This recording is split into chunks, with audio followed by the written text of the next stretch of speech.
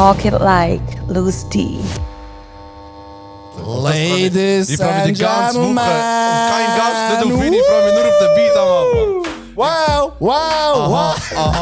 Yeah, we're back. We are back, baby. Man, Looswerke hoeven on Lazy 3. Yeah. Michael We Jackson love will it. es tanzen. We love it. Even Moves machen. The energy is here. Moves machen. Jeder weiß wie. You know Yes, it's baby, time. danke It's fürs Einschalten. time. Check Thank it you out. so much. Hello miteinander. Grüezi miteinander. Schweiz. Hello, yeah. Ey, ich freue mich wieder, ey. Wieder einmal mehr, der junge Herr. Ich Wieder freu die mich. Leute ein bisschen stressen. Geil. bisschen Also wenn ihr da rumschreien, sind, danke machen vielmals, tun. dass ihr da sind. Ist Thank nice. you so much, dass ihr drei loset und drei schaut. Also es ist wie immer so, dass wir nicht allein da sind, sondern Genau. wir haben wieder Manpower, wir haben wieder einen jungen Mann da. Und Absolut. ich glaube, man könnte ihn nicht besser, also es ist sehr schwierig, dich zu beschreiben.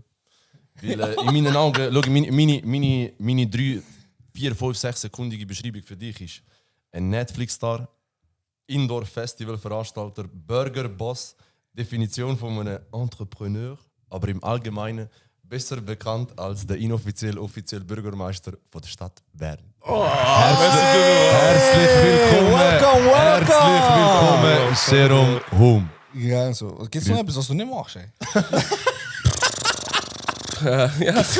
Jetzt machst du einen Podcast von dem her. Jetzt noch Podcast. Finden wir es raus. Hey, also Ihr Podcast ist auf jeden Fall nichts zum Einschlafen, man, mit dem Intro. Wenn das ein Berner sagt, dann ist das schon mal, Wir sind ein bisschen langsam. ist das schon mal nice. Hey Bro, danke dir viel. Wir appreciaten das. Danke für die Einladung. Sehr groß. Dass das vor allem so unkompliziert wie mit dir ist, glaube ich, noch nie mit jemandem gewesen. Geschrieben, kommst, wenn habe ich dir geschrieben? Gestern. Ganz geil. Vorgestern irgend so etwas, bloß wir haben es alle geschafft, heute pünktlich zu sein. Ja, voll. Von dem her, wir sind ganz verwirrt. Ich weiß gar nicht, wie wir jetzt starten, wenn alle pünktlich da Ich sind. habe noch etwas. Wir haben das erste Mal... zum zweiten Mal Was? sind wir jetzt zwei Schweizer. Zum zweiten Mal. zweiten Mal. Aber wir gehen mit. Nächste Woche bist du weg. Nächste Woche sitzt der Hans-Uli Rüdimann da. Von dem her. Hey, wir fangen eigentlich jede Podcast-Folge genau gleich an rum. Wer bist du? Was machst du? Ich bin der Sharon, ich bin 24, bin geboren in Bern. Was habe ich gemacht? Ich habe nie viel gearbeitet. immer ein bisschen geträumt und dann irgendwann ist die Träume verfolgen und haben wir nie Nein sagen und ja, und dann ist deine Beschreibung zustande gekommen, sozusagen, ja. Nicht schlecht. Nice. Du bist eine Definition von einem Dream Chaser, würde ich meinen. Ich bin die Definition von Größe wahnsinnig. Geil. Das lieben wir. Das ist richtig. Das ist eben wild. Weil, ich weiß gar nicht, ob du das warst, ob ich dir das gesagt habe. Ich habe ja vorher gesagt, ein Netflix-Star. Wild ist, wenn man Serum Hum eingibt im Netflix, dann kommst du original auf die wirklich? Serie, die noch mitspielt. Auf die... Das ist ein Film. Nein, ist eine Serie. Ist eine Serie? Neunmal. Ah ja? 3 Staffeln, ja. Also 2 sind jetzt schon aus, oder? 2 sind schon auf Netflix, ja. 2 sind schon auf Netflix. Ganz geil. Wie ist die Resonanz für dich? Bruder, sehr viele schwule Followers aus Südamerika. Sag mir, wirklich? Ja, die Hauptfigur ist schwul, oder? Ah! Und die beste Einschaltquote abseits von der Schweiz haben wir in Brasilien. Oh, was? Ja, warte, soll ich schnell etwas vorlesen? Das ist jetzt gestern reingekommen, jetzt die neue Staffel gedroppt ist. Und gell, hier bin ich so der 0815 Normalo und zweite Klasse, noch nach Gras schmecken, Ja. im Zug SBB am Sitzen, Mann. Und GA vergessen, 5 Stutz zu zahlen. Und jetzt hier ist, ich sehe ihn wahrscheinlich nicht, aber ich habe jemanden angenommen auf Facebook, oder? Ja. Riesen Feder. Jetzt noch nicht fertig gelesen, aber thanks Jerome, I'm your admirer, Portuguese journalist who watches all your films. Maybe one day you'll come to Portugal and I could give you a big hug. It would be great. Moment, all the best to you. I will continue to follow you now as your friend here too. Strong hug. Pablo Garcia Lissabon. Und dann, nein, warte, das ist noch nicht fertig. Und dann ich so, oh jö, herzig Mann, schreibe ich zurück. Much love from Switzerland, oder? Und nicht mal 2 Minuten später zurück. I know you're from Bern. I often go to Switzerland and Montreux. I have family there. I really like, but I don't know Bern. You have to come to Lisbon. You're invited in advance when you want. And sorry for my bad English. You find out that Portugal, you have a great admirer. Like to meet you one day. I really like you. Excuse me for the abuse of the messages. Bla bla bla bla. Bruder, die ganze Zeit, Bro, ich habe einen Heiratsantrag auf LinkedIn bekommen. Nein! Ja, man, aber nicht von einer Chick, man. Oh mein Gott, Legende, Mann.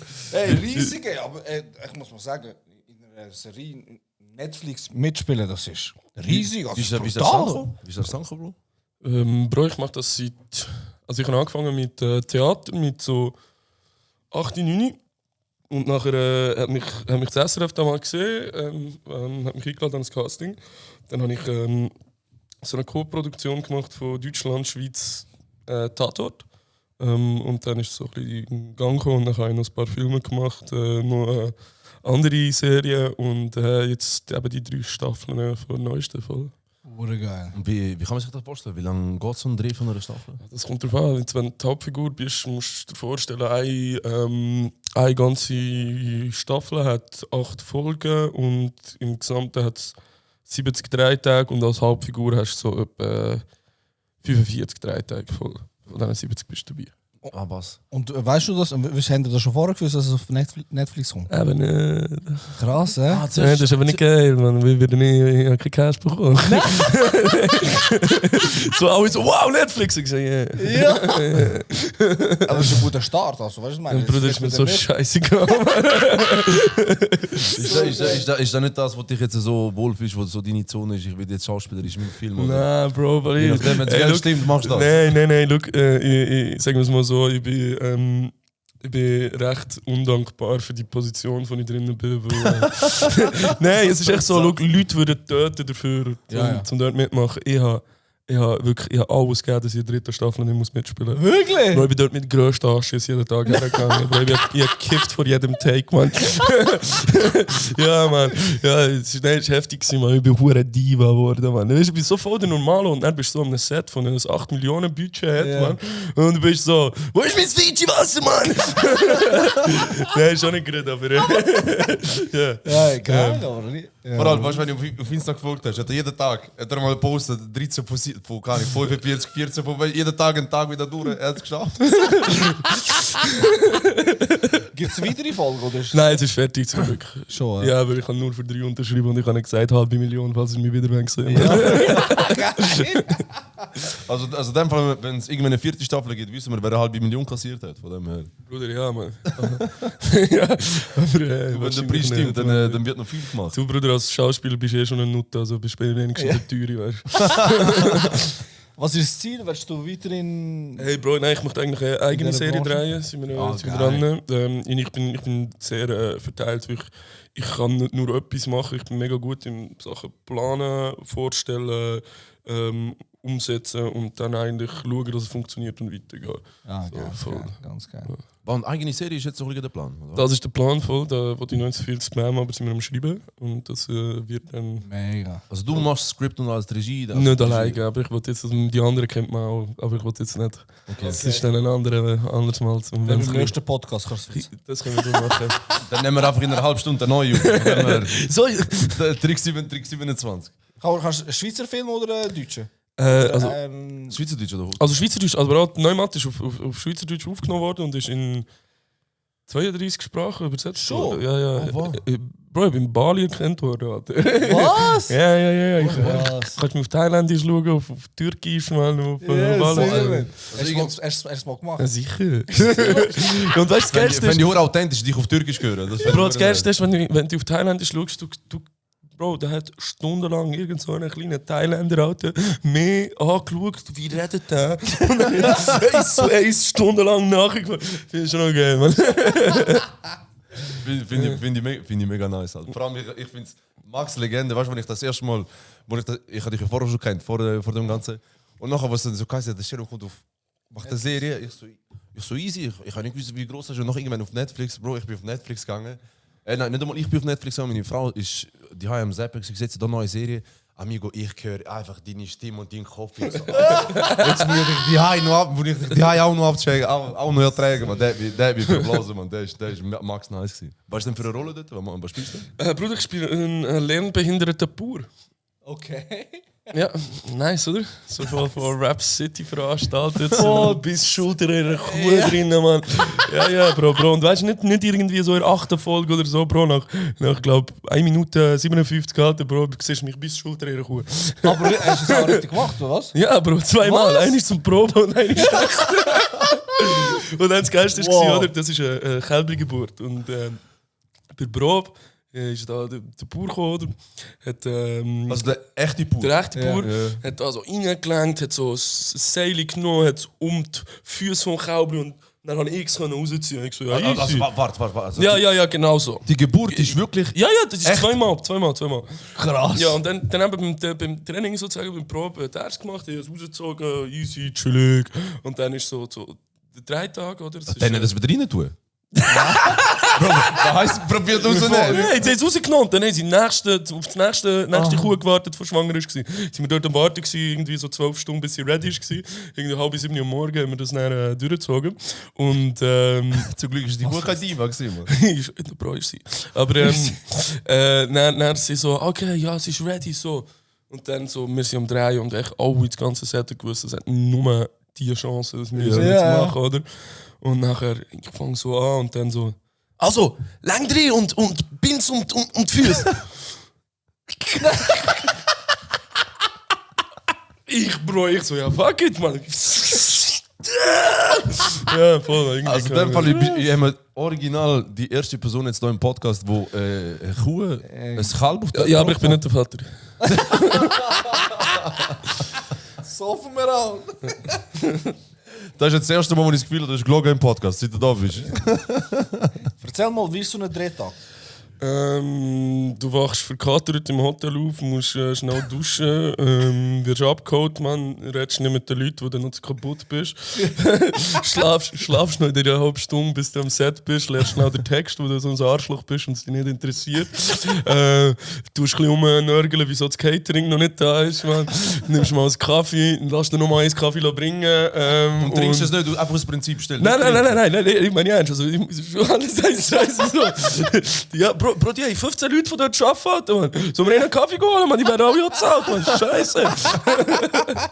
Nein, sie fragen die, denken, hey, machst du das Kaffee und so nicht. Und dann triffst du mit Regie und Kamera vor der Szene, durch zu besprechen, wie fühlst du dich dort? Und am Lorenz geht in dem Moment gerade etwas sehr Tiefsinniges aus seiner Kindheit durch den Kopf und das musst du verkörpern. Und du bist so, machen wir. Ja, und dann ist es zum Mittag, machst du noch mal ein paar Szenen und dann gehst du, hey, so ein bisschen so. Ja. Wo haben das denn gedreht? In ganzen Zürich-Oberland ein bisschen verteilt. Schon, ja. In das 70 Tage aneinander? 2 Wochen Ferien, 2 Wochen Pause. Also okay. Aber Ja. vor allem für mich der Satz, der bei mir am tiefsten geblieben ist von all deinen Sets, beziehungsweise du hast ja gar nicht selber gesagt, sondern ich glaube der Michi. So einer, der mit ihm, ich glaube die erste Staffel, 3. Episode oder so. So etwas, wo er einfach sagt, wie machst du das eigentlich, dass die Kühe dich so gerne haben? Und noch erst, weißt du, was du gesagt hast? Einfach so, ich weiß nicht. Das ist halt einfach so. Halt Ja. Mich hat es verblasen. Aber jetzt in der 3. Staffel hat es noch ein besser. Also, ich so voll gestresst, ich will nicht planen, ich will doch einfach nur melken. Scheiße, Mann. Shoutout Maria Wendt, du kannst nicht schreiben, Mann.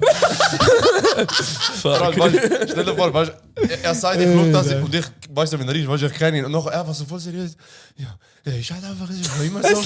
Ey, mich hat es verblasen, als ich das gesehen habe. Mich hat es verblasen. So geil, ey. So geil. Der ist wirklich heavy, der ist strong.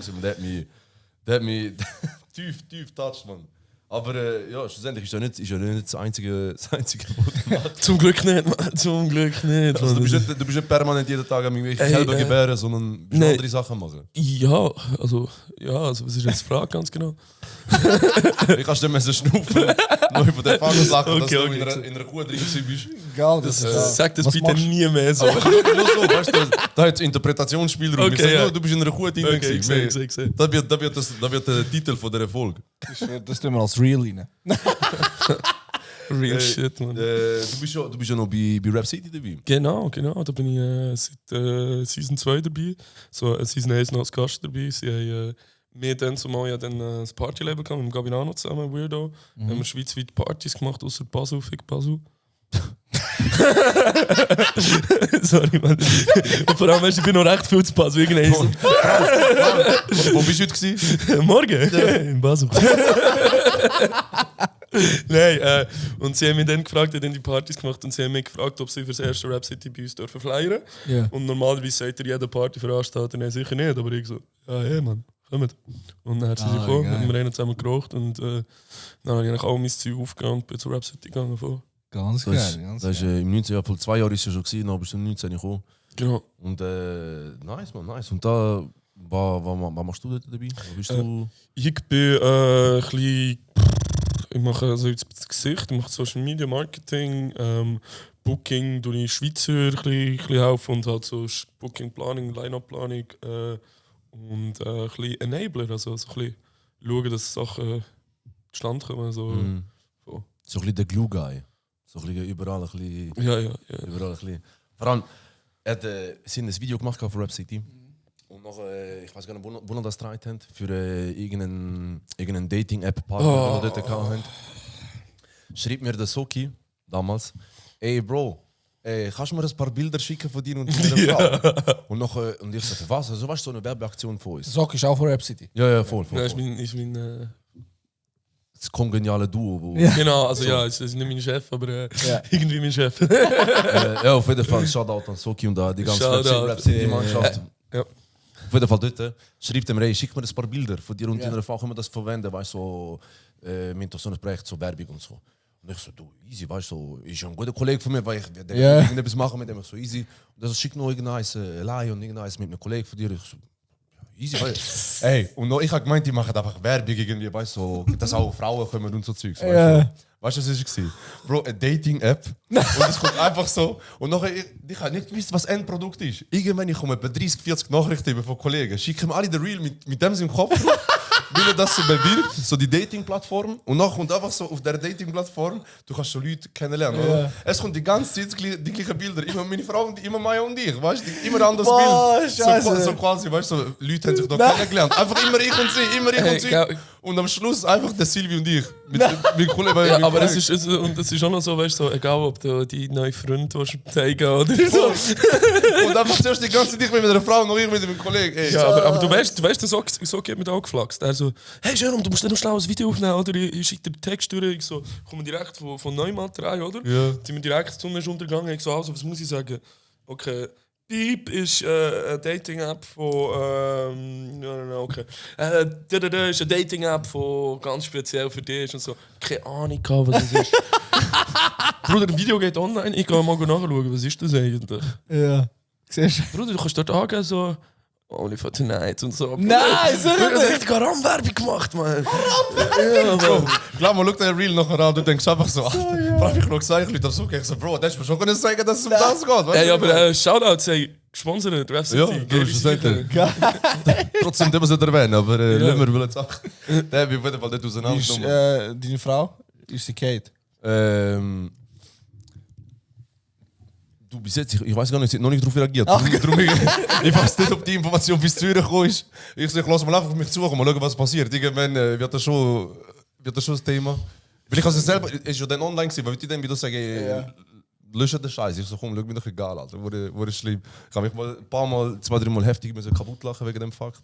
Aber vor allem, mich hat am Rap City selber noch jemand gefragt, schaffst du bei denen? Weißt du, bei dem irgendetwas beim Anmelden funktioniert nicht. Und ich dachte nicht mehr, wie der heisst. Weißt du, wie die. Und ich so, Alter, was schnurst du, Alter? Was für Film bist du? Also, du bist doch von denen. Ich so, noch habe ich den erst gecheckt. Ich so, mein Gott. Deswegen hat so einen Scheiß noch erkannt, Alter. Der Der hat mich auch schlimm auseinandergenommen. Also- Der ist... Was hast du? Du bist schon noch mega jung, 24, 24, und schon so viel um die Ohren. Ja. Und was hast du also hast du nichts, hast du nie geschafft im Leben? Also Ein richtig halbes geschafft, Jahr, meine ein halbes Jahr. angestellt. Halbes Halbes Jahr? Halbes Jahr. Also schau, ich habe also ja, ich habe zuerst Gimmer gemacht, Kanti, bin krank geworden und dann hätte ich mich wiederholen, habe ich in die aufgehört. Und dann bin ich in die Handelsmittelschule gegangen, dort musst du 2 Jahre Schule machen und 1 Jahr Praktikum. Okay. Und ich die 2 Jahre Schule gemacht, nie in die Schule gegangen und so, einfach so irgendwie, irgendwie geschafft. Und dann bei einer geilen Filmproduktion einen Job bekommen für das Praktikum. Ah, Das ist jetzt, Bro, die haben mir 2000 im Praktikum gezahlt. Also Ja. das war chillig. So. ja, voll. Aber ich bin so schlecht gewesen, es hat mich so angeschissen. Mann. Und dann der Chef einfach gekommen, so nach 4 Monaten, so, du bist herum, ich hätte dich mega gerne, aber du bist scheiße. Mann. Ja. Also was hast du gemacht im Praktikum? Was hast du gemacht? Bruder, so Briefe abschicken, so Backoffice hat, weißt, so Kaffeemaschine putzen. Und in dem bist du scheiße gewesen? Bruder, ich war echt die ganze Zeit am Handy gewesen und für Rap City am Sachen machen und so. Und dann haben wir uns entschlossen, also er hat es entschlossen, dass wir uns trennen nach einem halben Jahr. Also hast du schon in den jungen Jahren schon gewusst, was du genau willst, mit deinem Leben machen willst? Nein, gar nicht, aber ich habe mit... Ein Unternehmer willst Ja, sein? nein, nicht, dass ich wollte, aber es ist einfach... Es war immer schon so, gewesen, ich habe mit 4 oder 5 habe ich das Restaurant aufgetan mit meinen Cousins, wo wir so kleine Ein Restaurant? Bände, ja, weißt du, so was für Rührei und Speck hat gegeben und Okay. Orangensaft selber pressen. Und dann habe ich vor der Tür haben wir Sirup verkauft und wir haben eine Band gegründet mit 8 und auch immer Geil. schon Immer aktiv gewesen. genau, immer so etwas in mir gehabt. Also, Vor allem auch, wie jedes Mal meine ich das gleiche Thema, dass wir dürfen eigentlich gar nicht mehr mit den Gästen reden, bevor sie kommen. Ja. Weil, jedes Mal genau das gleiche kann. Wir sind vor einer halben Stunde, sind wir jetzt, bevor wir angefangen haben, eine halbe Stunde miteinander am Reden gewesen, da hätten wir schon 3, 4 Aber ich habe T-Shirts nachher auch bekommen. gesagt, ich höre nachher auf. Ja. Ja, du bist schon taktisch clever gewesen. Weil vorher hast du etwas Nices gesagt. Du hast gesagt, weil ich hatte dich gefragt, du bist irgendwann mal angestellt gewesen. Und dann du so ein halbes Jahr, da wir noch jetzt gerade erzählt haben. Also das halbes Jahr hat ihm gelangen, zum zu wissen, ich würde nie mehr angestellt sein. Ja. Fix. Krass. Schlussendlich, weil ich habe gefragt, ich bereue es noch. Also, nein, man, jetzt weiß ich wenigstens. Jetzt weiß ich will nicht angestellt sein, ich will selber für mich kämpfen, für das, Ja, fix. Also für dich selber schaffen. sorry für Hast du jetzt eine Fahrerlade oder Nein, ich höre Glocke. Ich höre Glocke. Ich habe gemeint, es kommen über... nein. Sorry. Ich habe keine Ahnung, ich habe vorher nicht gekifft, ich habe keine Ahnung mehr, über was wir geredet haben.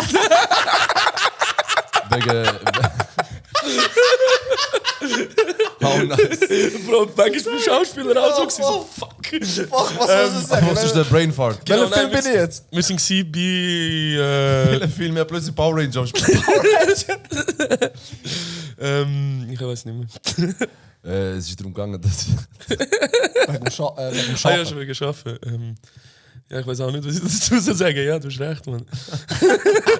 habe ich auf jeden Fall ein nice Statement gefunden, wo man so... Ganz geil. Was schlussendlich, hast du etwas daraus mitnehmen Ja, ich habe ein paar so Ordner geklaut und so ein paar so Heftmappen und so, das habe ich mitgenommen.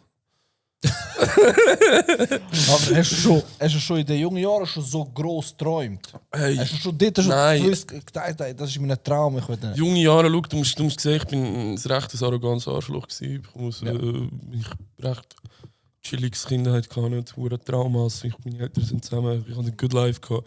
Und ich bin fast schon hochnäsig gewesen, weil ich bin immer gut gewesen in der Schule, ich habe immer alles Ja. geklappt gemacht und so. Bin nie auf Fresse gehabt so und dann hure oberflächlich geworden, so wirklich nicht. Ich kann eigentlich mal Maurer machen. Ich habe mich auf Kochlehrer beworben, weil ich nicht auch wollte. Meine Eltern wollten, dass ich studiere und so. Ich so, nein, Mann, ich gehe mit meinen Schippis auf die Baustelle. Und nachher dann bin ich Krebs geworden. Nachher bin ich krank geworden, Krebs im Endstadium. Und dann durch die Erkenntnis eigentlich, wie viel du dadurch lernst, wie viel Verantwortung du fast schon übernehmen und wie du die Welt anders safe. siehst. So, weißt, so, Ja, absolut. Bruder, wenn du mal kein Haar hast mehr gehabt, dann interessiert es nicht, wie deine Frisur ist, weißt du, was ich meine? Also, so, wenn du mal allein warst, dann hättest du zweimal gesagt, wenn du mal kurz davor warst, nichts mehr zu fühlen, dann schätzt du sogar den Schmerz, weißt du, was ich meine? Also, voll. und ich glaube, dann ist das grosse Denken, wo ich so, hey, schau, ich mache nie mehr in meinem Leben etwas, wo ich keinen Bock mehr habe. Wow. Also, so.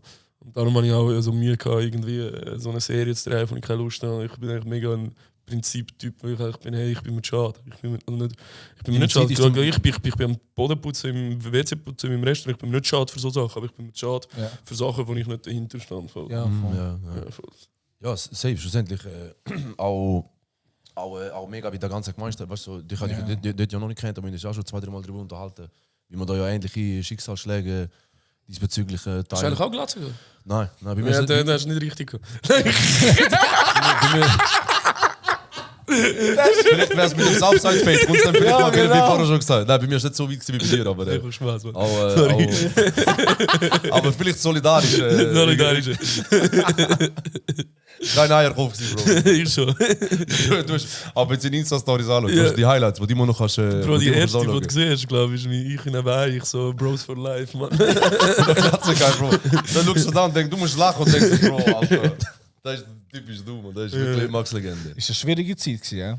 Bruder, nein, es war einfach. Nein, logisch. Es war nicht geil, es hat nicht so Spaß gemacht. Man. Aber ich glaube, alleinziehende Mutter hat es ist schwieriger als jemand, der immer macht.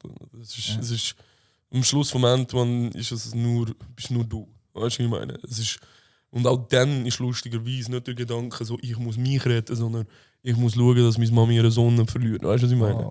Es ist nicht. Ja. Alter, ich habe genau das Gleiche, wo es bei mir so war. Ich habe mir genau auch gesagt, für mich ist alles, wo dich selber betrifft, ist okay. Aber solange ich habe es wahrscheinlich lange nicht mit der Mutter, also ein paar länger mit der Mutter nicht gesagt als andere, bis ich es nicht übers Herz brauche, dass es so. Krass, ja. Ich bin noch in der Entscheidungshoheit gewesen, mir das, weil du bist ja viel jünger gewesen, bei dir haben deine Eltern. Bro, ich bin aber lustigerweise gerade vor meinem 18. Geburtstag gewesen. Schon? Ja, das heisst, meine Eltern sind dabei gewesen. Man ist ein absoluter Hurensohn, der Arzt, Mann. Wenn ihr euch mal vorstellen, schlimmer geht es nicht. Also ich musste zuerst mal eine Operation machen, wo sie mir vorher schon eine Gewebeentnahme genommen haben und so. Ja, Herr Hummel, die haben sicher keinen Krebs. Ich sage, ja, chillig, aber dann noch eine Operation machen, wo sie mir dann noch eine Lymphknoten rausgenommen haben, zum Untersuchen. Und dort drinnen haben sie nachher etwas gefunden, haben mich bestellt mit meinen Eltern, sind dort hergegangen. Ich so, ja, chillig, ist kein Krebs, man, irgendein kleiner Scheiß. Ja. Schon gut. Und dann sind sie so, Herr Hummel, Sie haben Lymphus Hodgkin. Ich so, ja, okay, was ist das? Der Wichser sagt doch, so, das ist Lymphdrüsenkrebs. Ich so, shit. Und dann so, okay, es gibt 4 Stadien. Okay, das erste Stadium, da hat man es hier oben im Oberkörper, im zweiten ist dann schon im Torsus und in der Wirbelsäule, im dritten ist dann bis im Becken und beim 4. da ist es bis in den Beinen. Und sie herum sind im 4. Und ich mir einfach nur gedacht, du Missgeburt, sag doch einfach direkt ein Stadium, du Arschloch. Ich so jedes Mal, okay, ich bin im 2. Nein, ich bin im 3. Immer als Voll, Mann, voll. Aber ey, look, ich bin 18, ich bin gerade 18 nachher und ich bin im Kinderspital gewesen. Beste Leben. ich habe dort die ganze Zeit Besuch gehabt. Das Kinderspital ist ein bisschen chilliger mit Besuch. Ich habe einen Beamer aufgestellt, ich habe PS mitgenommen, ich habe gekifft im Spital drinnen, so Vaporizer. Wir hatten Rap-Sessions im Spital. Man, die Schwestern sind so gut reinschauen, weißt du. Das Beste. Schwestern Groupies. Aber ich finde es ganz stark von dir, wie du das erzählst, weißt du? So. Hey Bruder, was bleibt da übrig? Ja. Ich habe auch für mich die Erfahrung gemacht, dass es in meinen Augen viel besser ist, darüber zu reden. Ja. Weil wenn du cool einfach, was willst du das verstecken? Ist ein Teil von dir. Ist ja, und 100%. Und irgendwann lehrst du auch so ein bisschen, weißt du, am Anfang bist du so einen Abstand dazu, weißt du, so einen gesunden Abstand, so Trauma, nicht das Trauma zulassen, sozusagen. Ja. Und nachher irgendwann, wenn du darüber redest, checkst du, es nimmt dir jedes Mal so ein bisschen die Hemmung und das ist eine Art Verarbeitung. Ja, aber du bist empowern. Genau, empowern, das hast du schon gesagt. Aber ich muss da nicht zu einem Psychiater gehen, das ist von mir sagt, so, es ist alles gut, es ist okay, wie du dich fühlst. Logisch ist es okay, weil ich fühle mich so der Wichser. Ja, weißt du, wenn jemand das braucht, ist auch gut. Absolut, go for it, man. Go for it, weißt du, Wo ich es erfahren habe, war mein Arzt heute und nachher ich war in der Röhre im Emery, noch easy gut. Ich hatte Knochenkrebs und nachher ich bin im Emery halt gsi, Und nachher Leute mir meinen Arzt an und sagt, hey, kannst du vorbeikommen? Ich so, ich bin vor 2 Stunden dort rein. Wie kann das sein, dass das du schon weißt? Ja.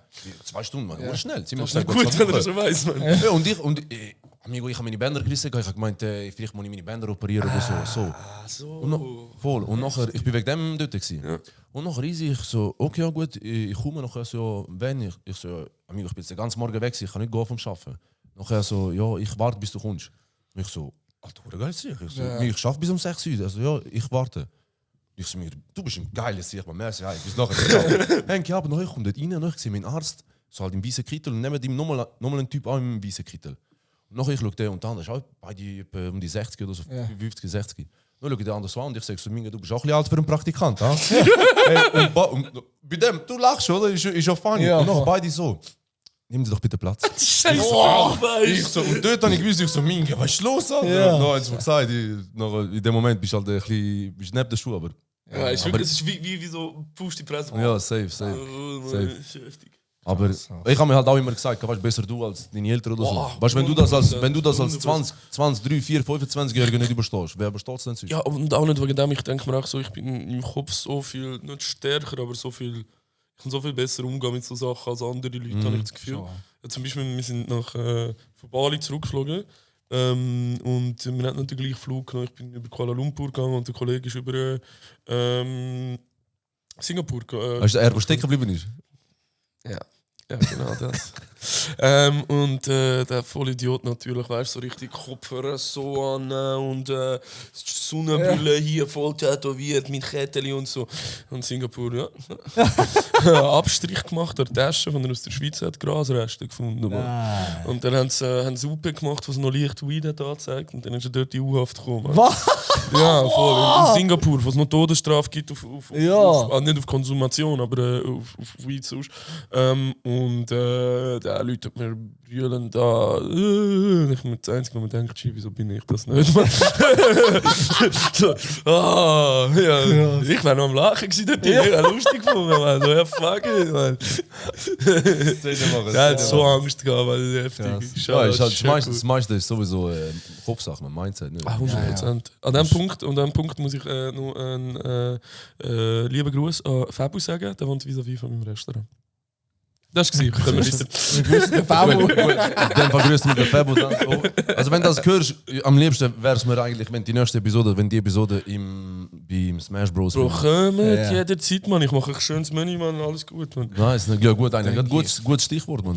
Du bist von Netflix-Star, von Festivalveranstalter zu einem Burgerbrater geworden. Genau. Hast du viel SpongeBob geschaut, oder? Bruder, ich habe nie SpongeBob geschaut. Mann. Was? Ich habe nie, aber ich kenn alles aus SpongeBob, weil ich alle darüber rede, aber ich habe immer Scheiße gefunden. Wie ist das entstanden? Wie ist die Idee entstanden? Burger anfangen zu machen? Ey, das ist auch eine lustige Story. Wir sind, einer hat mir angeboten, in Gümligen, da bin ich aufgewachsen, das Restaurant zu übernehmen. Und ich so, keine Zeit, bla bla bla. Und dann sind wir zum Harun gegangen, ein Kollege von mir hat Geburtstag gehabt, sind wir um 5 vor 12 mit 3 Weinflaschen reingelaufen, haben versuchen. Und dann irgendwann ist besoffen, so, Burger reden und dann so, wir könnten eigentlich einen Burgerladen auftun. Und dann ich so, ja, ich hätte da sogar ein Restaurant und so. Und ja, voll, Alter. Bro, glaubst du, 1,5 Monate später haben wir aufgetan. Was? Ist so schnell gegangen? Ja, Krass. 1,5 Monate. Also, ich habe noch nie in meinem Leben so gehustelt. Ich bin gleichzeitig noch am Seriendrehen gewesen. Also ich habe am 28. August dieses Jahr, im 23, also letztes Jahr im 23 angefangen zu drehen und am 24. Juli haben wir die Idee gehabt, es war sein Geburtstag gewesen. Und am 16. September haben wir aufgetan. Das heisst, ich habe nur also eigentlich Eröffnung aufgetan. Eröffnung aufgetan. Ich bin gekommen vom Filmset zur Eröffnung und bin nachher wieder ans Filmset gegangen. Voll. Und dann ich bin zum Teil am Drehen gewesen, bis um 8 Uhr am Abend. Dann bin ich von Zürich nach Bern gegangen, in den Laden arbeiten. Und ja, jetzt haben wir so, ja, jetzt sind wir 4 Monate offen und Bro, du kannst Freitag, Samstag und Sonntag bei uns nicht essen, Was? wenn du nicht reserviert hast. Wow. Was? Geil, Mann, Krass. ja. Ist sogar so, ja, da hat wirklich nochmal einen Applaus. Smash Bros Gümligen, Füllerich-Straße 53 in 3073 Gümligen in Bern. Kommen vorbei. Merci vielmals. Definitiv. Nice, man, das ist auch schnell. Vor allem, Wieso? Vor allem, weißt du, ich habe mitbekommen, dass du das anfängst zu machen. Ja. Normalerweise, wenn du etwas hörst, geil, voll geil, full Support, aber ich denke, der geht jetzt irgendwann, keine Ahnung, der geht das Jahr auf oder so, weißt du, bis du mal keine Bewilligung und all das Zeug hast. Bewilligung? Ist das schon vorher, also Smashburger? Wieso Smashburger? Smasht ihr das Fleisch oder Ja. was? Kennst du das nicht? Doch, kennst du schon. Oh, okay, ja. Weißt So du, werden die Leute geil, Mann. Ja, Smash Bro, das ist geil, das ist Also der Unterschied ist, normalerweise hast du ja die Burger Patties, wir haben wirklich einfach ein Ballenfleisch und der wird nachher wirklich auf der heißen Platte gesmashed, dass er eigentlich in seinen eigenen Saft, in seinem Fett braten. Und das ist vom Geschmack noch ein bisschen intensiver und auch so ein bisschen, sieht jetzt noch ein bisschen Kruste und so, das ist geil. Ganz geil. Jetzt verstehe ich auch, warum du dich so gut mit Kühen verstehst. Und jetzt fängst du an, Burger zu machen. Hey, du hast alles zusammen vernetzt, ja? Zuerst in der Kuh und nachher die Kuh in mir, weißt du? Ein ewiger Prozess. Genau. Das ist sehr gut angekommen bei den Vegetariern. Hey, wir haben auch Veggie-Burgers, sicher, top, sicher. top. Sehr gut. Wie kannst du das überhaupt fragen, hey, daher? Wie kannst du das fragen? Sicher. Amigo, normal hat er Veggie-Burger. Sicher. Alles, was du willst. Also nein, nicht alles. Ich habe kein Vegan. Nein, weißt du, Veggie-Burger. nein, ich würde sie verarschen. Weißt, ich könnte einen veganen Burger machen, aber Bruder, auf jedem Grill von mir ist Fleisch. Weißt, Ja, also, da weißt, kommt auch nein, ein- nicht Fleisch, eine, aber Butter ist da drauf und sicher Minimum, weißt du. Ja, So, ja. Also, Ja, von dem her authentisch, weißt du, wenn du so. Voll. Schlussendlich verarscht ist auch so niemand. voll. Außer halt der Staat wegen der Bewilligung, aber sonst. Der von läuft der Laden, Läuft sehr gut. ja? Ja, mega stark, mega stark. Nein, man, ja, mega wild, dass das auch läuft. Gau?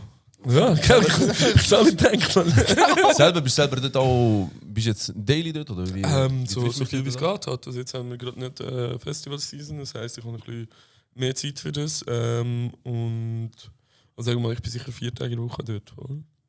Aber ich schaue, dass ich während der Nacht nicht dort bin. Man. Ich so all mein Zeug, man, und dann, wenn der Laden voll ist, bin ich schnell ein bisschen weg und dann komme ich wieder. Ja, safe, ja. Safe. Ja, wild, man, wild. Vor allem hast du da grosse Hürden müssen überwinden, dass das so schnell gelaufen ist, oder? Mit wem machst du das eigentlich? Ich mache das mit dem Raul zusammen, das ist ein Kindheitskollege von mir, und mit dem Harun, der hat den Club Theater in Bern geleitet und Partylabel Siko. Das heisst, er kommt eigentlich auch nicht aus der Gastro, er kommt aus der Eventbranche. Wir haben schon vor 5 Jahren das erste Event zusammen gemacht, haben dann schon ein bisschen Erfahrung gehabt, zusammen zu arbeiten. Und dann, ja, sie haben Zeit gehabt, er hat gerade den Club Theater zugetan, das heisst, er hat seine Stelle verloren, er ist rum gewesen, und ich habe einfach Bock auf einen geilen Burger. Hast du einfach Hunger gehabt? Ich kann immer. Was denkst du, was ist wichtig? Du sagst, es läuft, man kann von Freitag bis. Nein, Donnerstag, Freitag, Samstag. Nein, Donnerstag könntest du noch ohne Reservation durchkommen, aber Freitag, Samstag, Sonntag, also ja, komm vorbei, aber vielleicht musst du warten. Aber was ist wichtig, dass, was haben ihr anders gemacht als bei anderen, wo es vielleicht nicht läuft? Ich nehme teure Zutaten. Also ich habe nur, also zum Beispiel mein Fleisch hole ich direkt beim Bauer ab. Ja. Ich habe einen Exklusivdeal mit Wagyu Bern, von Berner Wagyu, Bio macht, Bio-zertifiziert. Ich lasse Brötchen vom Beck nebendran machen, ich nehme Schweizer Käse, ich nehme gute Butter, ich schaue einfach auf solche Sachen, weil es ist im Burger ist nicht so viel drin. Ich nehme Soßen sind selber gemacht, also jetzt haben wir gerade sogar noch nochmal Update gemacht. Jetzt haben wir Soßen von sogar auf selber gemacht, der Ketchup-Basis sind. Wow, okay. Also wirklich so ganz. So, das Ziel ist eigentlich wirklich qualitativ das Höchste können bieten und dafür auch, also ein Burger fällt bei uns bei 16,90 an. Also wir sind nicht mega voll. günstig, es ist mega fair, also für das, was wir ausgeben dafür. Aber das heisst, es ist eine recht kleine Karte und sehr gute Produkte und ja, es ist nur ein Burger. Ja. Cool. Ja, aber das was noch kleine Karte, aber was wir noch machen, ist nice, hinter Genau. da stehen. Genau. Da irgendwelche Tiefkühlprodukte. Und wir haben halt einfach geiles Marketing. Heisst, wir haben die ganze IB da, wir haben Alicia Lehmann in unserem Rücken, wir haben den Gabirano, der bei uns arbeitet, weißt du, der ist im Service bei uns, zum Teil heute zum Beispiel. Und wir haben halt Insta ein bisschen gecheckt, Insta ein bisschen Reels posten, ein bisschen lustiges Zeug. Und dann hast du halt organische Reichweite von anderen Geld dafür ausgegeben. Und, Voll. Und ihr habt. und wir haben ein Netzwerk und Genau. ja, das ist glaube ich so. Voll. Wir haben auch angefangen mit einem Pop-up, wo wir eine Party haben gemacht dort und so. Und ja, voll. Nice. Und es hat keinen geilen Burger zu Bern. Schon. Nein, hat es nicht. Mittlerweile jetzt hat es einen. Er hat einen und das Lustige ist, Bro, jetzt von anderen, die Smash Burger machen. Und, ain't shit. Ja, du schlussendlich so fängt es an, weißt, wenn andere inspirierst mit irgendwelchen Zeugs. Es ist Proof of Concept, das funktioniert. Ja, ja. Das, ja. Ja, safe. Hast du, Weil wenn jetzt da also mit dem Reels-Marketing-Zeugs, auch da, wo du für Rap City machst, hast du da Mühe gehabt, in die Rollen reinzugehen, das Gesicht für das Unternehmen zu sein? Früher weniger, Mann.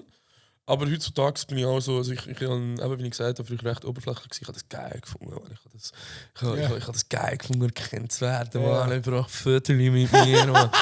Heute bin ich so, Bro, Mann, ich will einfach Cash, Mann, und dass mich niemand kennt. Ja, Mann, das ist Schon mal ein guter Anfang, wenn du auf Netflix bist. Ja, voll. Ja, international, man. In fucking 162 Länder, Alter. Man. Nice. Gehst du auf Portugal? Portugal, Bro. Mein Loverboy getroffen. Fände ich max nice, wenn du das mal so durchziehen würdest. Aber du hast ja so viele verschiedene Projekte, die am Laufen sind. Ich habe noch mehr. Das sind mal die, die aktuell veröffentlichen. Da hast du noch etwas erzählen. Von ich darf veröffentlichen, es kommt Thema Skincare kommt nächstes Jahr etwas. Wir machen einen Foodtruck auf. Wir machen einen Foodtruck auf. Im Mai haben wir einen Foodtruck, genau. Wurde geil. Das werden wir auch ein grosses Festival sein im Kanton Bern. Wir werden in der Stadt einen Standort haben, der recht zentral ist. Okay. Weil alle wünschen sich einen Smash Bros in Bern drinnen. Das Ding ist, ich zahle sicher nicht 25'000 Miete für irgendein scheiß Restaurant. Wenn ich Freitag, Samstag, Sonntag voll habe in fucking Gümligen. Ja, voll, Wie weit ist das weg von der Stadt für dich? 10 Minuten. Schon Bern noch. ist ein Dorf, so. Also ist nicht riesig. So. Und es hat viele Parkplätze und du kommst mit ÖV ganz schnell her. Darum, für mich ist es, wenn ich in die Stadt gehe, 2 schlechte Monate und du bist weg. Ja, fix. Ja, safe. Fix. Ja, das Also, ist schwierig. ich möchte Das den ist Stress so. nicht. Das ist so.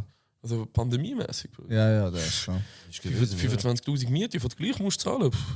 Ja, safe. Ja. 2 Monate. Jetzt haben wir eine Lösung gefunden. Uns hat es noch nicht gegeben, weißt du? Okay. Nein, es gibt es eben erst in 4 Nein, ich meine, jetzt hast du eine Lösung, also jetzt können wir gleich... Genau, wir gehen in die Stadt, aber mit einem Foodtruck.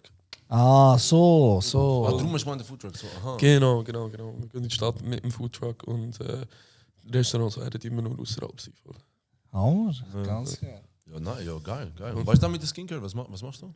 Sagen wir mal so, eine sehr renommierte Schweizerin wird in Zusammenarbeit mit uns Skincare-Marke weltweit auf den Markt bringen. Hey, Bro, du machst so viele Sachen. So viele verschiedene Sachen.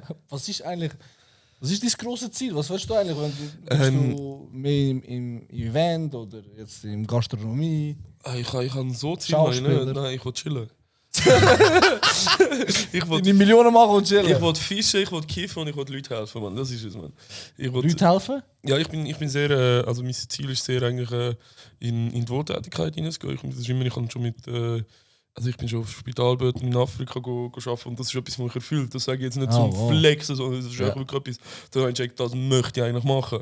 Aber ich möchte nicht für andere Organisationen arbeiten, sondern ich möchte selber etwas machen, selber auf die Beine stellen und für das muss ich jetzt halt was. Okay. Ich habe mit 17, 18 schon ein Benefizkonzert gemacht und so. Also wir haben, ja. So. Bist du denn selber auch schon einmal dort? Du hast jetzt gerade gesagt, bin ich einmal in Afrika gewesen? Genau, ich habe in Afrika in Kamerun gearbeitet, auf einem Spitalboot. Wow. Also Schlimme Sachen erlebt? Bruder, nein, ist nur Afrika, Mann. Ich meine, weißt du, vielleicht auch nein, du siehst einfach so viele Kinder mit viel Missbildungen und so, aber weißt du, sind wir ganz ehrlich, das ist das Leben, Mann. Also weißt du, das ist so, ja, schlimmes Zeug. Ich habe überall schlimmes Zeug gesehen. Ich habe im Spital in der Schweiz schlimmes Zeug gesehen. Ich habe sehr viel schönes Zeug gesehen. Vor allem. Im Fall voll, die Leute sind extrem dankbar gewesen und so. Schon, ja. Und man muss halt ehrlich sagen, so hart wie es ist, aber das Spitalboot. Es gibt so fucking viele Leute, weißt, die haben wie Anmeldedaten und die sind nachher jeden Tag ausgebucht, wo das Schiff in diesem Hafen ist, wo das geht von Hafen zu Hafen. Und ich kann nicht Leute annehmen, die sie wissen, dass sie nicht helfen können. Ja. Weil das ist unfair für die Leute, die sie helfen können. Ja. Das heisst, eigentlich alle, die du im Spital Kontakt hast, sind Leute, die geholfen werden. Ja. So hart wie es fucking tönt, aber das ist fucking live. Man. Ja, du, die müssen halt, wenn du noch gewisse Kapazität hast, musst du irgendwo das sagen. 100%, ja. Macht ja auch Sinn, dass sie es so machen. Genau. Aber ich finde halt bei dir, weil unter anderem nebst dem, dass du gefühlt 748 Projekte pro 2 Wochen abschließt, finde ich halt bei dir einfach beeindruckend. Du bist ein lebendes Beispiel dafür, dass man auch als Chaot kann erfolgreich sein Ja, so, schau mal meine Wohnung an, Bruder. Schau mein Restaurant und schau meine Wohnung an. Mein Restaurant, Picobello, irgendwo ein kleines Zeug, ich drehe durch. Bei mir die Heime, ich merke nicht einmal, wenn Aschenbecher überfliegt oder so. Ja, voll, man. Ich bin nicht so... Ich schaff's irgendwie. Irgendwie schaff's es. Irgendwie durchbringen. Definition von einem Ich bin auch ein Code. Ja. Also das ist noch heilig jetzt. Da, wo die Kamera zeigt, ist okay. Weißt du, das geht. Aber alles andere dort hinten, da. Lieber nicht Weil ich finde, wir haben mal eine geile Unterhaltung miteinander im O, da im Räumli, wo wir vorhin angesprochen haben. Also mein Büro, Mensch. Streichen wir Räumli im Büro. Ja. Haben wir mal eine geile Unterhaltung gehabt vor 2-3 Jahren oder so. Haben wir uns darüber unterhalten, wie wertvoll schlussendlich Kreativität ist, weißt, dass das wichtig ist.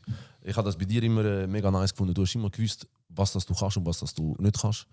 Weißt du, dass, ich sage jetzt mal, bürokratische Zeug, administrative ist, darf man das so sagen? Nicht deine allergrößte Stärke. Gar nicht. Aber du hast das immer schon früh gewusst. Weil ich meine, das ist vor 3-4 Jahren, bist du vielleicht 21, 2. Ich habe das schon mit 18 gewusst. Ich habe mir immer Leute geholt, ich habe nie allein arbeiten. Ich habe mir immer Leute geholt, die in dem stark sind, von denen ich nicht stark bin. Und Das ist schon ein krasser Mindset. Das ja, ist sehr stark. ich mache nie etwas allein. Gell? Also nie, Bro. Nichts, Bro. Sogar ein Mail, Alter. Ich schicke das jemandem.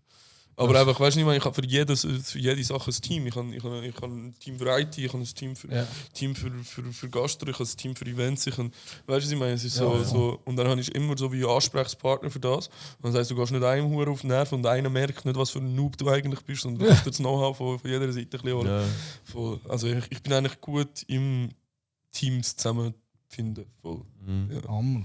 Ja, und schlussendlich, genau, ich habe das Gefühl, da ist auch, wenn ich es spiele oder wenn ich es von dir weiß, auch dieses Erfolgsrezept. Weißt du, schlussendlich, selber musst du ja Kreativität haben und die Vision haben. Aber ich sehe es ja selber, das Erfolgsrezept gibt es nicht, das ist einfach machen. Ja, machen. ja, absolut. Ja. Weißt du, was ich meine? Absolut. So, ihr seid jetzt schon 100-mal erfolgreicher als jeder Podcast, wo es nicht gibt. Weißt du, was ich meine? So. Ja, Ja. safe. Auf den Punkt gebracht. Weil schlussendlich, du musst es müssen auch den Leuten bewusst sein, mit dem Ganzen, was wir jetzt da, wo wir am machen sind, oder wo wir probieren, den Leuten Wissen zu vermitteln oder was auch immer. Das, schlussendlich, du musst einfach keine Angst haben. Mach einfach. Mach, Bruder. Mach. Ich kann dir scheißegal sein, was andere denken. Kann dir scheißegal sein, was fehlt. Bruder, ich hab Partys gemacht, da sind 5 Leute gekommen. Kein Witz, Mann. Ich habe Partys gemacht, da sind 15 Leute gekommen und ein Typ hat mit einem Drittel von allen Frauen gemacht. Ja. Was für ein Statement. Bruder, das musst du erst machen. Ich habe mit einem Drittel von allen Frauen im Club rumgemacht. Ja, aber also 5 ist krass, weißt du? Insta-Bio reingeschrieben. Ja. Nein, schlussendlich, weil ist ja genau das. Du musst einfach dranbleiben, konstant bleiben und einfach machen und wissen, mit wem das du zusammen schaust, was du machst. Genau. Voll. Gross denken, gross fucking denken. Nicht an einen Burgerladen Träumen. denken, an 5 Burgerladen denken. Weißt du, was ich meine? So, Was ist dein Big Traum? Big Traum jetzt im physischen Sinn, also im monetaren Sinn oder im seelischen Sinn? Also, Ja, sowohl als auch. beides. Ich würde gerne, also ich habe mir mit 12 ich habe mir mit 12 eine Bucketlist gemacht, wo alle Sachen drauf gestanden sind, die ich machen wollte.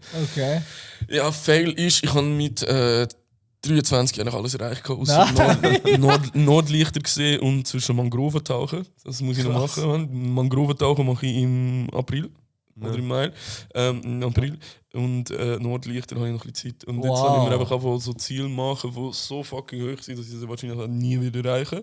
Weil das brauchst du ja. Sonst könnte ich ja jetzt zufrieden sein und nichts mehr machen. Ich habe Scheiße erreicht. Man. Also ich habe mit 18 reingeschrieben, noch Hallenstadion reingeschrieben. Ich so bis 30 in Hallenstadion, nach 22 in Hallenstadion veranstaltet. Zweimal schon gemacht, oder? Ja, zweimal durch. Zweimal jetzt. Hallenstadion. Aber das ist wichtig, dass du große Ziele setzt. Genau, aber jetzt also ich möchte im Lexigrund Dr. Dre, Snoop Dogg und Eminem zusammen und vielleicht noch 50. Boah, Bro, das ist mein Ziel. Das ist mein Ziel.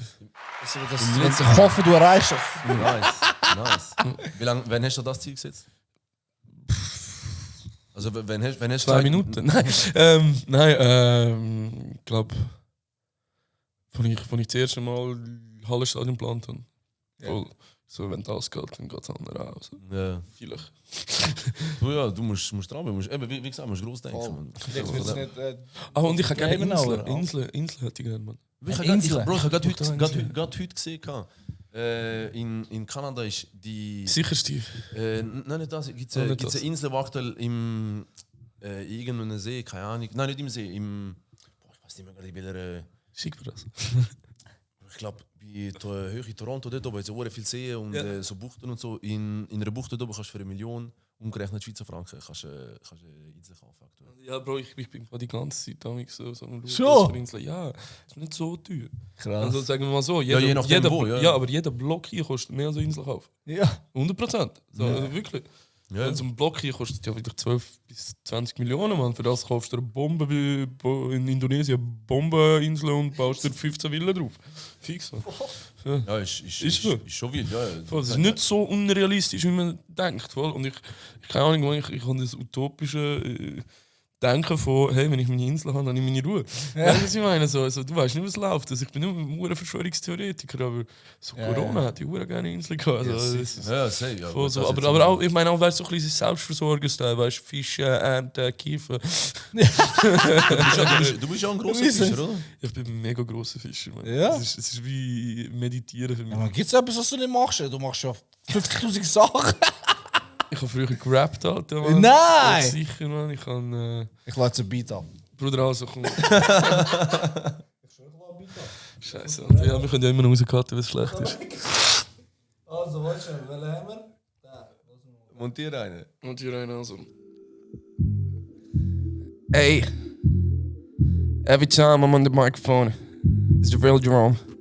Human undercover mental medicine. Ah. Fuck them, I'm back at it. Yeah, roll it backwards. Backward. She gets that mad wood. Fuck it. Fuck it. I go all in like it's poker. Yeah, I choke her. I provoke her. Hey, fuck damn. I go all in like it's poker. I provoke her. Hey, I choke her. Yeah, I fuck her under the shower for at least an hour. Smoking sweet and sour. Pass that blunt out for the hunt with some boys who got my front. Got my back. Just go black and black. Sipping Jackson juice. 2 a.m. It's time to kill in the booth. Gin and juice. I can't lose. Yeah, talk that like Lucy D. You know I got it. Double D on my bitch. Right. You know I ain't a snitch. Right.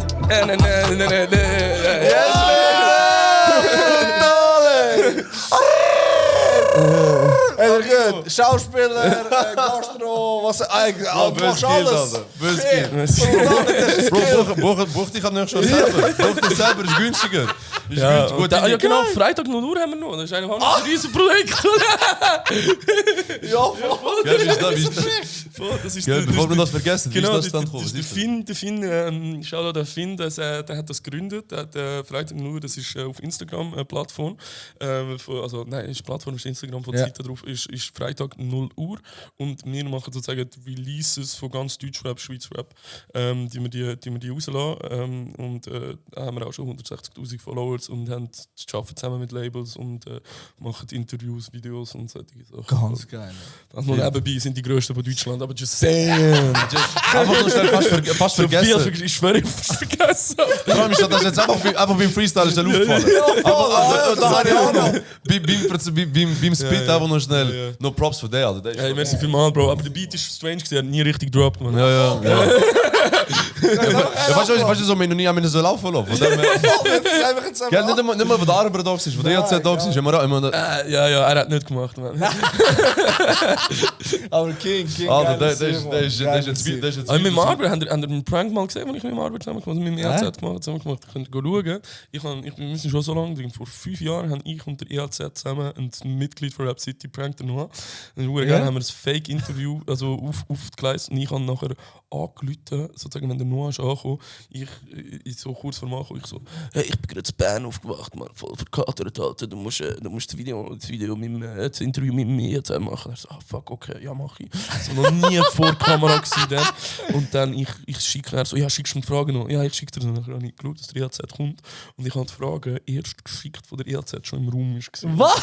Und die Fragen sind richtig beschissen gewesen. Also aber der Arbeit hat es gewusst, oder? Ja, der ist Plan gewesen. Der hat die AirPod, ich bin im Hinterzimmer gewesen. Ich bin im Hinterzimmer gewesen und er hat mich im AirPod voll. Und dann haben wir es so gewesen, so, der Noah liest so die Fragen so, viele sagen so, der Zen sei ein besserer Musiker als du. Solche Sachen, Mann. Und da bin ich voll am fertig machen, Mann. Ja. Das ist auch für mich der geilste Prank, den du bis jetzt gemacht hast. Ja, das ist gut. Der geilste Video ist nicht der gewesen. Gut, der ist auch nice. Der aber Weed, oder was? Der mit dem, hast du den mitbekommen? Nein, Amigo, erzähl dir, der ist Ja, schlimm. der hat im Fall nicht auf unserer Seite hat er etwa 5 Millionen Klicks, aber im Ganzen hat er etwa 50 Millionen Klicks Krass. gesammelt. Ich bin einfach mit einem Glas, wieso das noch niemand vor mir gemacht hat, weiß ich auch nicht. Ich bin einfach mit einem Glas CBD rumgelaufen und habe einen Lakai von den Cops und so. So ein riesiger Sack, Bro, so voll übertrieben grosser Sack mit CBD. Jetzt haben wir ja noch das 2.0 gemacht, mit 7 Kilo, man, sind wir auch noch so. Dort hat es uns aber so, hops genommen. weißt du, so durch Zürich gelaufen und so läuft und man dann telefoniert, ey Mami, nein, komm nicht, hey, ich bin jetzt da draußen. Und so, so, wieder muss packen, man. ey, der ist, weißt du, ey, wenn das erstmal gesagt, dich verblasst. Der ist hure wild, der ist Marketing-Genie des Grauens. So geil. Der ist, wem sind in der gewesen? Mini. Geil, die ist nice gewesen. Vor allem, ich weiß, wir sind dort auch miteinander am Chillen und nachher plötzlich sagt der Soki wieder nochmal again, hello. Also hat er mir das Video gezeigt. Also schau, wenn man jetzt einen Release hat, ich schau da, ey, ich kann anfangen zu brüllen. Aber weißt du, was geil ist? Sie haben es nicht geil gefunden. Sie haben es nicht geil gefunden. Die haben es alle nicht geil gefunden. Egal was sie jetzt sagen, sie so, ja, ich finde es jetzt schon nicht so lustig. Ich so, doch, der Shit ist gut, Mann. Wir haben nie so viele Klicks gehabt, Mann. Ja, Wir haben 10.000 YouTube-Followers. Krass, wegen aber dem. Bro, 9.900 ist wegen dem. Wild. Irgendwelche Stories mit Acts oder so beim... Ja, da finden wir sicher etwas. Also es gibt ja so zwei Bachelor-Kandidatinnen, oder? Da wissen wir ganz genau, welche genau die zwei, also ja, die von früher, oder? Dann wissen wir, welche zwei. Voll, nichts gesagt, oder? Und dann sind wir mit einer Rap-Gruppe, die mit Zahlen zu tun hat, die haben auch nichts gesagt. sind wir da an einem Festival gewesen, von in Zürich, habe ich auch nicht gesagt. Und dann, ja, warte jetzt mal schnell. Jetzt habe ich da Manager.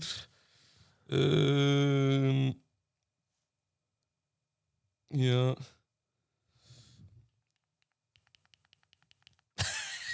Oh, Sprachmemo.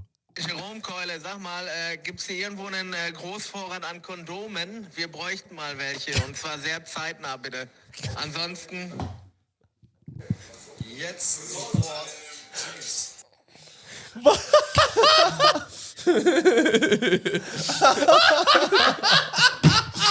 Oh, das ist jetzt eigentlich moderne. Dann bin ich der Jerome Keule. Bro, der ist schlimm. Oh mein Gott, Mann. Aber weißt du das? Ich glaube, am zweiten Rap-Seite, am ersten oder am zweiten, ich weiß gar nicht mehr, Willem, bist du dabei gewesen, wo der Katar war? Ja, aber da bin ich als Gast gewesen. Du bist als Gast Ich bin gewesen? als Gast, ich habe Angst gehabt. Ich habe nicht mehr so angeschaut mit seiner Shisha dort so. Bro, mit der Shisha, hast du das gesehen? Bro, das sind meine Shishas. Ich habe ja für die alle Shishas gemacht, dort im Backstage dort hinein. Und nachher eigentlich nur für den PA, den Kianosch und der Camp und für den Katar und den Sammy. Die sind dort gewesen. Und nachher sagt so der Katar ist so dort, das ist so die Zeit, wo er wirklich fett. wo sehr wohlgenährt unterwegs war. Das hast du jetzt gesagt. Politisch korrekt. Dort am Sitzen und nachher so, sagt er so zum Sammy, ey, weißt du, wann du weißt, nein, was wird er gesagt, weißt du, wie du es herausfinden kannst, dass es in der Schweiz läuft? Und der Sammy so, keine Ahnung. Hier machen sogar Latinos Kohle für Shisha. ich hab dort so irgendwie mitgekommen, weißt du, vor 5-6 Jahren oder so. Ich dort am Stopp Kohle wechseln, ey, mich hat's verblasen. Und dann hat der Sammy hat einfach meine Shisha kaputt gemacht. Und ich schaue so, Alter, wieso hast du das gemacht? Er hat den Stab, wo dran ziehst, das Rauchrohr, heißt es, glaube ich, hat er so einfach verbogen gehabt. Und ich so, Amigo, was hast du das gemacht? Und er so, er hat mich jetzt angeschissen, meinen Arm so auflupfen. Und ich so, Alter, sorry, Alter, wer bist du, Tupac, Mann? Einfach so das Teil verschoben. Zum Teil sind die Leute in der ersten. Ey, die sind aber im Film, Alter. Ja, die sind wirklich, also vor allem die Deutschen, man, die sind wirklich recht im Film. Aber Amis sind geil, man. Ich bin mit dem Sway Lee unterwegs gewesen, in der Nacht, bevor Die sind voll entspannt, Mann. Bro, das ist der geilste Sieg, Bro. Ich habe dem Schon. seine Handynummer. Dann ja mit dir bekommen, das ist Handynummer und so. Ja, Bro. das ist voll jetzt letztes Mal vom Cover gehört. Ja, Ja. voll, das stimmt. Ja, den Cover habe ich zu ihm gebracht. Schon. Ja. By the way, der Cover wir kommt müssen- heute raus. An dem Aufnahmedatum, wo wir jetzt sind. Okay. Ich meine, wir müssen aufhören. Und ich, Nein. nein, ich bin mit Sway Lee gewesen, oder? Wir haben einen Tweet gebracht, dem seine Taschen sind verloren gegangen auf dem Weg daher. Natürlich Jackpot für den Kavari, ich Leute im Kavara, so von Finelli. Der kommt mit 17 Packungen. Das heisst eigentlich alles, was der Schweiz, was der Swahili in der Schweiz hatte, war Finelli. Ja. Voll. Bro, der Typ, der macht das, glaube ich, seit 8 Jahren oder so. Ist dann nur am Feiern. Bro, die sind angekommen. Gehen wir da in den Club? Du hast mal einen Auftritt. Ja, ich weiss, aber ich komme in den Club. so, gehen wir in den Club heute, Bro. Er tut einfach das Mic in die Hand auf eine Performance. Was? Jimmy, wir zahlen dir, weißt du wie viel? Und du blöder Wichser. Ja! Nein. Und dann Bro, gehen wir ins Zimmer. Bro, ohne Witz, als ich ihm Tschüss gesagt habe, war es 7 Uhr morgen gewesen. Und um 10 Uhr musste ich anfangen für die Webseite zu arbeiten. Ich bin nachher um 11 Uhr es geschafft. 7 Uhr morgen, Bro, kann ich aus seiner Suite. Er sagt mir so, good night. Bruder, 4 Frauen in seinem Bett. Was? 4 Stück! 4 Stück! Ich so, tschüss zusammen, Mann! Ja, der Chef und sein Kollege noch so, Switzerland ain't shit, I go my own way. Bro, ist er in die Langstrasse gegangen, Alter, ist er geprätzt worden. Sind auch falsche Straße Sind da nicht die, die gesagt haben, ain't no guns? Ja! Der ist geprätzt worden. Bro, die sagen so, da war auch eine von Rap City erzählt, gell? Ich kann andere Namen erwähnen, der Diroma. Shoutout an die. Shoutout. By the way, mit dem Diro kann man noch eine Bewilligung von ihm einholen, weil ich bin so quasi das Die von Luzdi, oder? Und der Diroma ist ja eigentlich der Die bei uns. Ja. Das ist ein Gold. Er war gestern bei mir im Burgerladen. Schon? Ja. Nice. Auf jeden Fall noch sagt er mir so, wir sind mit dem Swahili unterwegs und so. Und dann fragt eben der Security oder sein Bruder oder der Kollege von ihm, wo das war, vom Swahili und sagt so, hey, do we need some guns? Weißt du, wenn es rausgeht? Ja. Und nachher die Roma so, nein, wir gehen nur auf Zürich, weißt du, alles easy, ich habe schon eine Waffe und so. Also von wo sind sie? Kalifornien, von wo sind sie? Ich glaube, ich weiß nicht. Also, when we go out in Cali, we always wear some guns. Die Roma so, so, ja, amigo, da musst du nicht, aber we always have MPs in the car. Ja, easy, Bro. Dann chill mit MPs, Bro, man. Ja, Bro, er hat das Und dann wird er verschlagen, Alter. Ja, und er hat seine I8 so gegeben, so, und die Roma ist echt ein Vorsichtiger. Und er nimmt ihn so, und er so, die Roma so, bist sicher so, das kannst du fahren. Also, in Cali we drive Euros. Alter, Cali Boy. Krass. Die Cali Boys, aber die Amis, die sind next level, man. Aber sie sind cool, es ist cool mit denen zusammen. Ich finde, sie machen es gerne. Ich finde, die sind mega entspannt. Sie machen es gerne, das ist es. Die sind viel weniger im Film als andere. Bruder, Deutsche musst zum Teil zwingen, auf die Bühne zu gehen. Schon. Wir hatten einen Act gehabt, der nicht auf die Bühne ist gegangen, weil er seinen Hennessy nicht hatte. Was? Ja. Aber Scheiße. eben ja, Film, Alter. Puh. Ja. Krass. Ja, nice. Ja, das Nein, glaub eben, ich, das das sind wilde Storys und das sind ja jetzt einfach die, wo man so erzählen können. Genau, das ist jetzt so schnell aus dem Handgelenk geschüttelt. So schnell aus dem Handgelenk rauskommen, wo ohne grosse Problematiken und so. Von dem her ist es absolut nice, dass wir das so handhaben können. Nice, ey. Ich weiss, du bist dezent im Zeitdruck. Ganz dezent, genau, das habe ich dir vorher nicht erzählen, wieso ich nicht im Zeitdruck wieso ich im Zeitdruck bin. Ja. Ja, voll, ja, stimmt. Genau, das habe ich gesagt, das ist für einen Podcast. War clever, hast du daran gedacht? Gell? Ja, ist trotzdem. Ich gehe mit meiner Mami heute Abend essen, und mein Papa kommt Abend. Und mein Lieblingsrestaurant in Bern, also wenn ihr, egal wer das lost, wenn ihr irgendwann in Bern sind, reservieren genug früh. Es gibt ein Restaurant, das heisst Tanaka. Und das ist geführt von einem 70-jährigen Albaner. Japaner. Fast gleich. Ein 70-jähriger Albaner schafft niemand, Bro. Nein, von einem 70-jährigen Japaner und die müssen jetzt auf den November das Restaurant schließen, weil sie niemand finden, der kann machen, was er kann machen. Sie haben 2 junge Japaner, Chefköche von Japan geholt und sie bekommen es nicht auf die gleiche Qualität. Und jetzt müssen sie zutun, weil niemand in seine Fußstapfen kann treten. Wow. Der hat eine Salatsauce von der dort verkauft, man in Coop ist gekommen und hat mir Rezept abgekauft. Also wirklich so fucking Maschine. Voll. Und jetzt kann ich jeden Monat dort essen, bis es zutut. Ich würde sagen, auch ein schöner Satz zum Schluss. Einfach, gehen mit euren Eltern gut Nachtessen. Absolut, genießen Zeit mit dort. Weil der junge Mann ist heute Morgen von Basel hierher angekommen. Also heute Morgen ist vorher hierher angekommen. Von Basel hierher angekommen, jetzt in Luzern und nachher geht er auf Bern. Also du bist in Zürich. Max unterwegs, Max national unterwegs. Schnell einen Zwischenstopp hier in Luzern gemacht. Von dem riesigen Dank, was das betrifft. Danke vielmals, hat Spaß gemacht. Danke vielmals. Bei einem muss ich allerdings widersprechen, Bro. Was? Du hast vorhin gesagt, das beste Restaurant in Bern. Für mich das beste Restaurant in Bern ist Smash Bros. Von dem her. Hey, yeah, you know.